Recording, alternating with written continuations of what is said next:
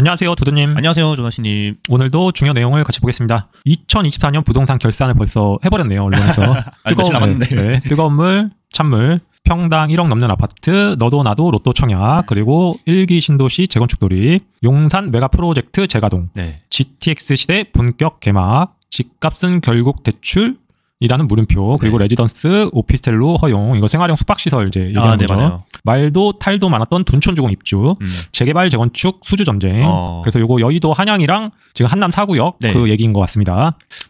저희가 여기 유튜브 시작한 지 이제 한 3, 4개월 정도 됐었는데 어떻게 다 한 번씩은 짚고 넘어갔었던 주제들이었었던 것 같아요. 그러네요. 네. 뭐 로또 청약부터 해서 뭐 1기 신도시, 용산 프로젝트, GTX 얘기도 이제 파주 운정에서 서울역 얘기했었죠. 네, 맞습니다. 4,450원, 4,500원. 네네네. 네, 그리고 집값은 결국 대출, 이 얘기는 뭐 너무나도 많이 나왔던 얘기고요. 네, 맞아요. 둔촌주공은 연예인 얘기였고요. 그냥 말도 많고 탈도 많았지만 뭐 앞으로도 한 내년 초반까지는 또 계속 많은 얘기가 계속 나오지 않을까. 그래서 2024년은 7월 정도까지는 2024년은 7월까지 원만한 이제 상승세로 가다가 대출 규제 때문에 그리고 스트레스 DSR 때문에 약간 이제 주춤하는 약보합이라든지 보합 수준 그리고 관망세 정도.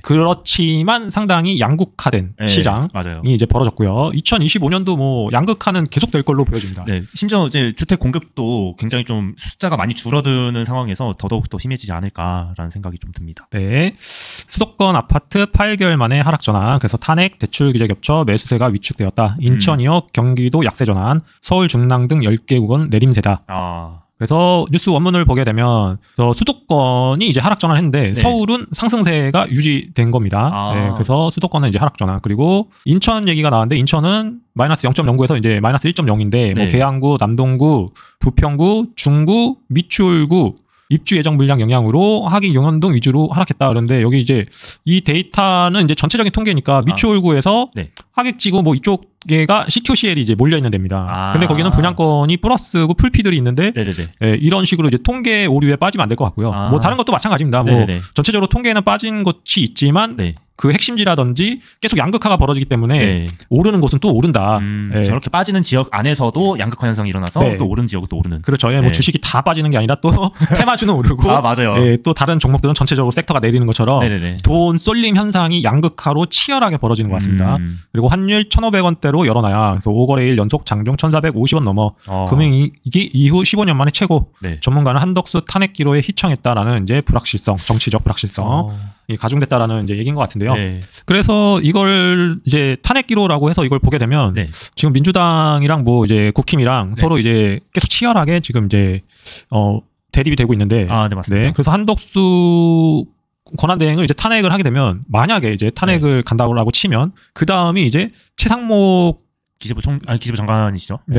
이분이 이제 기획재정부 장관인데 어쨌든 이게 계속 시간 끌리기로 가거든요. 이런 식으로 되게 되면 그렇게 되면은 상당히 이제 대외적인 우리나라의 대외적인 이제 신임도라든지 이런 게 이제 안 좋을 수 있지만 환율 1,500원대는 제가 때는 좀 너무 오버스럽지 않나라는 생각이 듭니다. 왜냐하면 우리나라에 엄청난 대기업들이 많고 그리고 경제 활동을 세계적으로 많이 하고 있기 때문에 이건 너무 우리나라를 비약한 환율 가격이지 않나라는 이제 생각이 이제 들고요.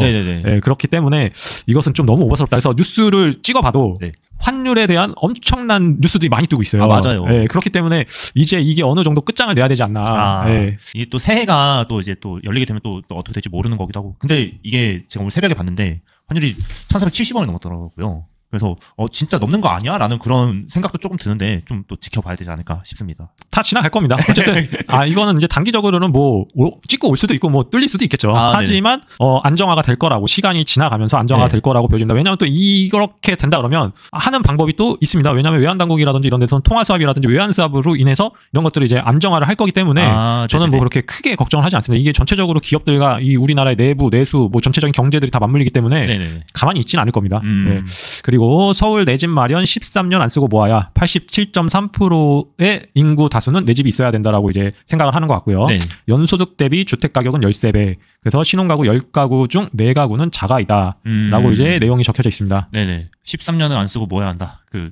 어떻게 또 안 쓰고 당연히 이제 대출이 끼어 있을 수밖에 없을 거고 생각보다 그 비율이 굉장히 또 높다라는 생각도 좀 들고 막 그러네요. 네, 수도권은 그래서 이제 8.5년을 이제 안 쓰고 모아야 되고 네. 이렇게 집값이 치솟았던 그 고점을 찍었던 21년에는 이제 수도권 같은 경우는 10년. 와. 네, 그렇기 때문에 그때 당시에는 더 올라갔었겠죠. 이게 13년보다 더 올라갔었겠죠. 이때 당시는 지금 수도권 데이터니까요. 네, 서울로만 또 한정 지금 올라갈 거고. 그렇기 때문에 지금 이 우리나라 이제 집값이 양극화되고 계속적으로 부동산에 대한 니즈가 있기 때문에 제가 또 계속적으로 말씀드리지만 필패 부동산 필패 전략은 폭락론이 아니라 그냥 꾸준한 우상향 상승론에 있는 것 같습니다. 그래서 언제든지 내 집 마련은 언제든지 그거는 준비를 하셔야 되는 게 맞는 걸로 보여지고요. 그리고 또 재미난 게 RIR이라는 이제 지수가 있는데 이건 월 임대료입니다. 그래서 내가 버는 거 대비 지출되는 월 임대료의 프로테이지죠. 월세가. 그렇죠. 예. 그래서 뭐 보통 200만 원 벌면 20%, 그럼 40만 원이 이제 월세로 나간다라고 이제 보여집니다. 이게 수도권에 대한 데이터입니다. 그래서 해외를 보게 되면 미국 같은 경우는 소득 대비 주거비의 30%가 넘는 미국 가구 전체의 절반이 RIR이 30% 정도 수준이랍니다. 그래서 또 1200만 명은 50%가 이제 넘어가는 가구도 있다라고 이제 합니다. 그래서 우리나라는 그래도 아직 이제 낮은 수준이었는데 최근에 뭐 이제 전세 사기라든지 뭐 이런 것들로 인해서 저희가 계속적으로 그때 뉴스 다뤘던 게 월세 가격 최고치 계속 갱신되고 있는 상황이라서 맞아요. 이 지수도 이제 우리나라도 지속적으로 올라갈 걸로 보여집니다. 그리고 부동산 리츠 시장 100조 시대다. 5년 만에 2배가 올랐고 가파른 성장세를 이제 보여준다고 합니다. 자산 총액 절반은 주택 관련. 박상우 장관은 리츠 활성화, PF 제도 개선 등 리츠 산업을 지원하겠다라는 이제 뉴스가 있습니다. 리츠에 대해서 좀 아시나요? 그 주식 어플 이제 주식 보면은 이제 봤었던 것 같은데 그냥 리츠는 약간 ETF처럼 약간 부동산에 관련된 것들 약간 좀 모아놓은 약간 그런 느낌으로 저는 이해를 하고 있었거든요. 네, 그래서 이제 한 회사의 리츠 상품을 이제 가져왔는데요. 뭐 미래에셋 맵 리츠라는 이제 것이고요. 그래서 이제 사업의 개요에서 내용을 보게 되면 다수의 투자자로부터 자금을 모아 부동산 관련 증권 등의 투자 운용하고 그 수익을 투자자에게 돌려주는 부동산 간접 투자 기구인 주식회사입니다.라고 돼 있습니다. 그래서 이 미래에셋 리츠에 이제 들어가서 요 사업의 내용을 쭉 보게 되면 여기가 어느 현장에 부동산을 투자하고 있는지 볼 수 있거든요. 그래서 보게 되면 여기 이제 광교 센트럴 푸르지오 상업시설에 2,819억이 들어가 있다. 그리고 뭐 코크랩 47호 위탁관리 부동산에 지분으로 10억이 들어가 있는데 이게 강남 PK KG 타워다. 그리고 뭐 3호 투자 신탁 해가지고 마제스타 시티 타워라는 상업시설인지 업무시설인지 제가 이거는 모르겠지만 업무시설인 것 같습니다. 그래서 거기에 108억 원 정도의 돈이 들어가 있고 총 약 3천억 정도의 규모가 들어가 있는 걸로 보여집니다. 그래서 보시게 되면 업무시설 맞네요. 업무시설, 판매시설이 같이 돼 있습니다. 그래서 요런 건물, 상업시설, 뭐 주거시설 등등 해가지고 부동산 리츠에 이제 투자하게 되는 거죠. 그래서 이 보시게 되면 종목 분석에 가서 보게 되면 보통 리츠는 배당이 있거든요. 그래서 현금 배당이 일반 회사들보다 높은 수준입니다. 6%나 되니까 그렇죠. 높네요. 그리고 리츠 상품의 시세 차트를 한번 보겠습니다. 그래서 이게 타이거 부동산 리츠인데요. 부동산이랑 비슷하게 움직입니다. 21년 고점을 찍었었잖아요. 네, 맞아요. 그때 쭉 찍고 얘도 마찬가지로 지속적으로 이제 하락해주는 모습을 보여주고 있습니다. 그랬다가 다시 반등하는 모습도 부동산하고 비슷하게 올라갔다가 지금은 조금 더 빠르게 심리가 이제 적용되는 모습. 그래서 부동산이 다시 괜찮아지면 얘는 다시 이제 또 돌아서 올라갈 수 있는 그런 모습으로 보여집니다. 그래서 이런 리츠 상품도 소액으로 부동산에 관심 있는 분들은 투자가 가능하니까 또 부동산에 뭐 조각 투자 뭐 이런 게 있거든요. 네, 맞아요. 그런 것들에 이제 투자하는 젊은 세대들도 있고 한데 그런 거는 이제 또 업체라든지 그런 게 이제 괜찮은지 이제 잘 살펴봐야 될 것 같고요. 그런 투자하는 회사들이. 근데 이렇게 상장되어 있는 종목들에 투자하는 게 상당히 이제 안전하고요. 그렇죠. 그런 것들을 판단해 보셨으면 좋을 것 같습니다. 그리고 오늘은 전일 청약률을 한번 보고 가겠습니다. 상봉 더샵 청약률이 이제 1순위까지 결과가 나왔는데요.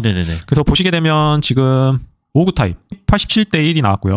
그리고 서울원 아이파크 보시게 되면 5구 타입이 213대 1 나왔습니다. 차이가 많이 나요. 그리고 그때 말씀드렸던 여기 15억 이상 구간은 힘에 붙일 것 같다라고 말씀을 드렸는데 결국에는 이제 힘에 붙인 모습을 여실히 이제 보여주고 있고요. 거의 뭐 이제 1대1 비율 막 거의 그 정도 수준이네요. 그리고 그때 서울원 아이파크도 여기서부터 이제 안 좋았죠. 그래서 결국에는 이쪽은 미분양이 이제 확실한 걸로 보여집니다. 그리고 서울원 아이파크도 그때 마찬가지였고요. 그래서 어쨌든 여기까지는 경쟁률이 잘 나왔으니까요. 내 집장만 하신 분들 당첨되신 분들 중에 고민하신 분들은 고민하실 필요가 없을 것 같습니다. 그냥 이제 하시고 또 준공기간이 오래 남아있기 때문에 그냥 들고 가시는 게 나을 것 같습니다. 이제 29년도니까 뭐 그 사이에 굉장히 또 가치가 또 올라갈 여지가 많지 않을까. 분양가는 이제 계속적으로 올라가고 물가 네. 상승도 계속적으로 이뤄지고 지금 계속 어제도 뉴스가 나왔던 게 분양 한파에 공급 물량, 인허가 물량들이 계속적으로 감소하기 있기 때문에 네. 이런 어지러운 시국에 흔들릴 필요 없이 어차피 부동산 투자는 단타로 하시는 분들도 있지만 뭐 1, 2년 하시는 분들도 또 적어요. 네. 네, 그래서 조금 길게 가져가시면 어쨌든 장기적인 상승에서는 시간 속에서는 우상향의 그래프를 만나는 거기 때문에 네. 결국에는 고민할 필요가 없다라고 보여집니다. 네. 네, 오늘은 여기까지 보겠습니다. 내일 만나요. 내일 뵙겠습니다.